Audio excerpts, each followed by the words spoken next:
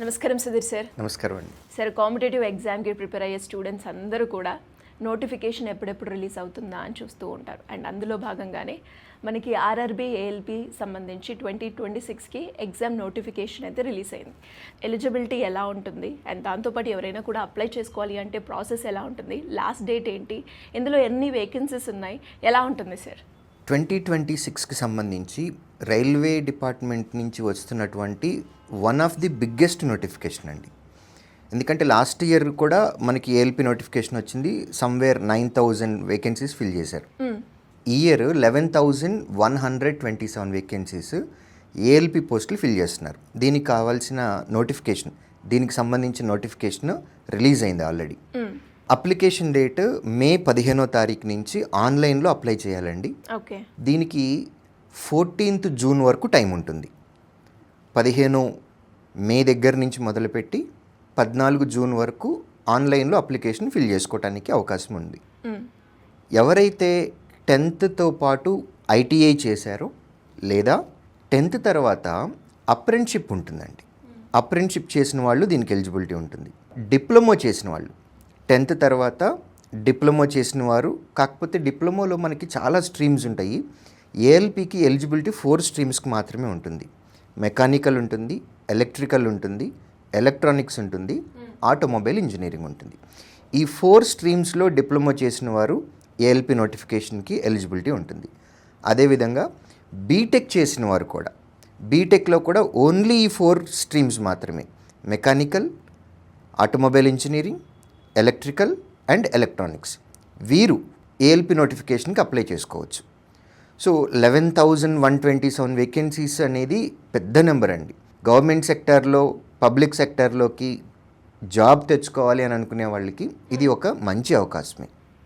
కాకపోతే అప్లై చేసేటప్పుడు ఇది మనకి జోన్ వైజ్గా ఉంటాయి.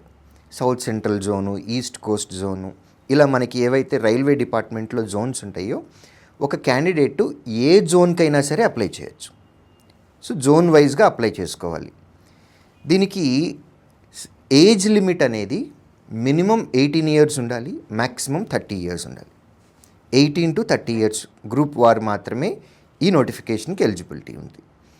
దీంతోపాటు మనకి కాన్స్టిట్యూషనల్ రైట్స్, ఏజ్ లిమిట్ రిలాక్సేషన్స్కి ఏవైతే ఉంటాయో, అంటే ఎస్సీ ఎస్టీకి 5 ఇయర్స్ రిలాక్సేషన్, ఓబీసీకి 3 ఇయర్స్ రిలాక్సేషన్, ఇవన్నీ కామన్ అండి. ఈ నోటిఫికేషనే కాదు, ఏ నోటిఫికేషన్కైనా సరే మనకి కాన్స్టిట్యూషనల్ రైట్స్ అనేవి ఫాలో అవుతాయి. మినిమం 18 ఇయర్స్ ఉండాలి, మ్యాక్సిమం 30 ఇయర్స్ ఉండాలి. ఇది అన్రిజర్వ్డ్ కేటగిరీ, అంటే జనరల్ కేటగిరీ వారికి. నెక్స్ట్ సెలెక్షన్ ప్రాసెస్ వచ్చేసేటప్పటికి ఫస్ట్ CBT 1 ఎగ్జామ్ ఉంటుందండి, ఫేజ్ 1, ఫస్ట్ స్టేజ్ అనమాట. ఇది జస్ట్ క్వాలిఫైయింగ్ నేచర్ మాత్రమే, అంటే ఎలిమినేషన్ రౌండ్ అనమాట. CBT 1, CBT 1లో క్వాలిఫై అయిన వారికి CBT 2 పెడతారు.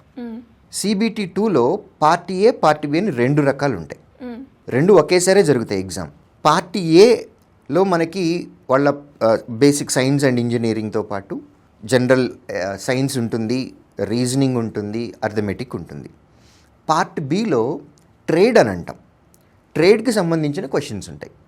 ఈ ట్రేడ్ అనే పార్ట్ బి అనేది మాత్రం ఓన్లీ క్వాలిఫైయింగ్ నేచర్, అందులో జస్ట్ క్వాలిఫై అయితే సరిపోతుంది. అందులో వచ్చే మార్క్స్ ఫైనల్ మెరిట్లోకి యాడ్ అవ్వవు, కానీ కంపల్సరీగా పార్ట్ బి అనేది క్వాలిఫై అయితే అవ్వాలి.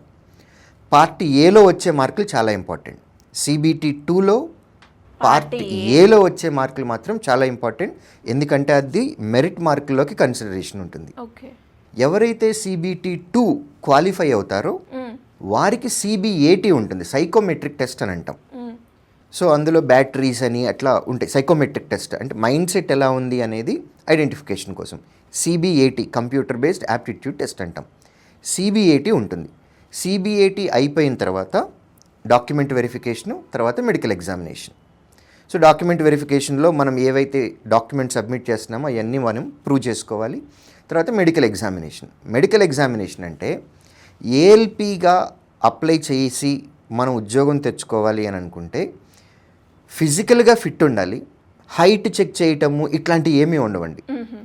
ఏఎల్పిగా మనం ఉద్యోగం చేయాలి అని అంటే మేజర్ డ్యూటీస్లో మన కళ్ళు బాగా పనిచేయాలి. So driver for the engine, right? ఎంతోమంది, వేల మంది ప్రాణాలు వాళ్ళ చేతుల్లో ఉంటాయి కాబట్టి వాళ్ళకి విజన్ కరెక్ట్గా ఉండాలి. సో మెడికల్ ఎగ్జామినేషన్లో చూసే ఓన్లీ కేటగిరీ ఐ. వారికి సైట్ ఉండకూడదు, లాసిక్ సర్జరీస్ కానీ ఇట్లాంటి ఏమీ ఉండకూడదు, చేసి ఉండకూడదు. సో విజన్ మాత్రం వాళ్ళకి పర్ఫెక్ట్ విజన్ ఉండాలి. ఇది ఒక్కటే మెడికల్ ఎగ్జామినర్ చెక్ చేసేది. ఇది కాకుండా మిగిలిన అన్ని ఆపరేషన్స్ ఏమైనా జరిగినాయా, మేజరా, మైనరా, ఇవన్నీ ప్రతి నోటిఫికేషన్లోనే చెక్ చేసేవి. స్పెషల్గా దీనిలో ఏమీ లేదండి. 2025 నోటిఫికేషన్కి 2026 నోటిఫికేషన్కి ఏఎల్పిలో భారీ చేంజ్ ఒకటి ఉంది. ఏంటంటే 25లో ఫైనల్ మెరిట్ లిస్ట్ తీసుకునేటప్పుడు CBT 2 పార్ట్ ఏలో వచ్చిన మార్కుల్లో నుంచి 70% వెయిటేజ్ తీసుకున్నారు. CBAT నుంచి 30% వెయిటేజ్ తీసుకున్నారు.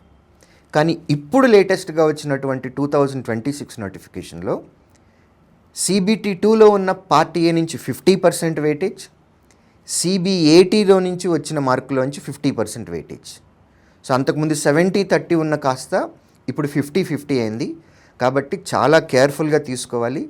అల్టిమేట్గా మనకి CBT 2లో పార్ట్ ఏ చాలా ఇంపార్టెంట్, అదేవిధంగా CBAT కూడా చాలా ఇంపార్టెంట్. సైకోమెట్రిక్ టెస్ట్ అయినా సరే దానికి 50% వెయిటేజ్ ఉంది మనకి, అందులో నుంచి వచ్చే మార్కులు 50% ఉంటుంది. కాబట్టి చాలా కేర్ఫుల్గా తీసుకోవాలి.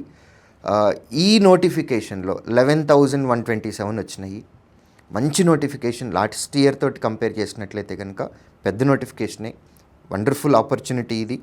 ఎవరైతే ITI చేసిన వారు ఉన్నారో, అదేవిధంగా డిప్లొమా చేసిన వారు ఉన్నారు, specially mechanical, electronics, electrical and automobile engineering, బయట ప్రైవేట్ సెక్టర్ అంత బాగుంది బాలేదు అనే ఫేజ్లో నుంచి మనకి రైల్వే డిపార్ట్మెంట్లో మంచి ఆపర్చునిటీ వచ్చింది. దీనికి అప్లై చేసుకుంటే కనుక మంచి భవిష్యత్తు కూడా ఉంటుంది. వారికి ట్రైనింగ్ పీరియడ్లో ఉన్నప్పుడే 45,000 రూపీస్ శాలరీ వస్తుందండి. ఇన్ ట్రైనింగ్లో ఉన్నప్పుడు. ట్రైనింగ్ తర్వాత మనకి వాళ్ళకి డైలీ అలవెన్సెస్ యాడ్ అవుతాయి. తర్వాత కిలోమీటర్ అలవెన్సెస్ అని ఉంటాయి. కిలోమీటర్ అంటే ఇప్పుడు ట్రైన్ ఏఎల్పి రన్ చేసినప్పుడు 1 కిలోమీటర్కి 3.75 రూపీస్ వాళ్ళకి డబ్బులు ఇస్తారు. సో వాళ్ళు ఎన్ని కిలోమీటర్లు నడిపితే ఇంటూ 3.75 రూపీస్ ఎక్స్ట్రాగా వస్తాయి. తర్వాత పబ్లిక్ హాలిడే అలవెన్సెస్ అని మనకి ఫ్యూచర్లో, అంటే ఇప్పుడు బ్యాచిలర్స్గా ఉంటారు కానీ ఫ్యూచర్లో వారు పెళ్ళయిన తర్వాత పిల్లల చదువులకి ఇద్దరి పిల్లలకి కలిపి సమ్వేర్ అరౌండ్ 35,000 రూపీస్ డబ్బులు ఇస్తారు. అదేవిధంగా క్వార్టర్స్ ఉంటాయి.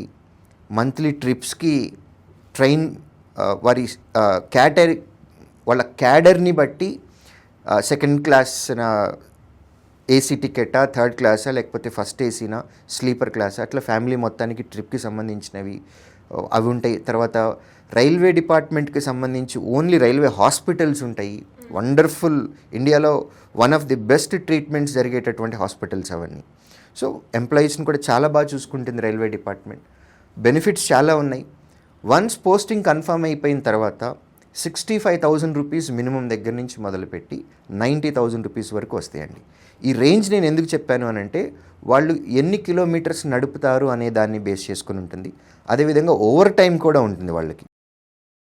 అంటే ఫర్ ఎగ్జాంపుల్ సికింద్రాబాద్ నుంచి ట్రైన్ స్టార్ట్ అయ్యి కన్యాకుమారి వరకు వెళ్తుంది అని అంటే నాది 8 అవర్స్ డ్యూటీ అయిపోయిన తర్వాత కాదు, నేను అనడానికి లేదు కదా. ట్రైన్ కంటిన్యూస్గా రన్ అవ్వాలి. 8 అవర్స్ తర్వాత వాళ్ళు చేసేది ఏదైతే వర్క్ ఉందో అది ఓవర్ టైం కిందకు వస్తుంది. కాబట్టి 65,000 రూపీస్ మినిమం నుంచి అప్ టు 90,000 వరకు వారికి వస్తాయండి. ఇది 7th పే స్కేల్ రివిజన్ ప్రకారం. ఇప్పుడు ఇంకొక పే స్కేల్ రివిజన్ ఉంది. ఇది అయిపోయిన తర్వాత డెఫినెట్గా అందరికీ 1 lakh అబోవ్ వచ్చేస్తాయి. సో ITI చదివినటువంటి స్టూడెంట్స్ ఏపీ తెలంగాణలో మేము చాలా సంవత్సరాల నుంచి చూస్తూ ఉన్నాము. ITI స్టూడెంట్స్ మాకు గవర్నమెంట్ సెక్టార్లో ఆపర్చునిటీస్ లేవు అనుకుంటున్నారు. ALP is wonderful opportunity for them, wonderful opportunity. So ITI చదివిన వాళ్ళు, అప్రెంటిషిప్ చేసిన వాళ్ళు, డిప్లొమా చేసిన వారు, బీటెక్ చేసిన వారు ఈ నోటిఫికేషన్కి ఎలిజిబిలిటీ ఉంది.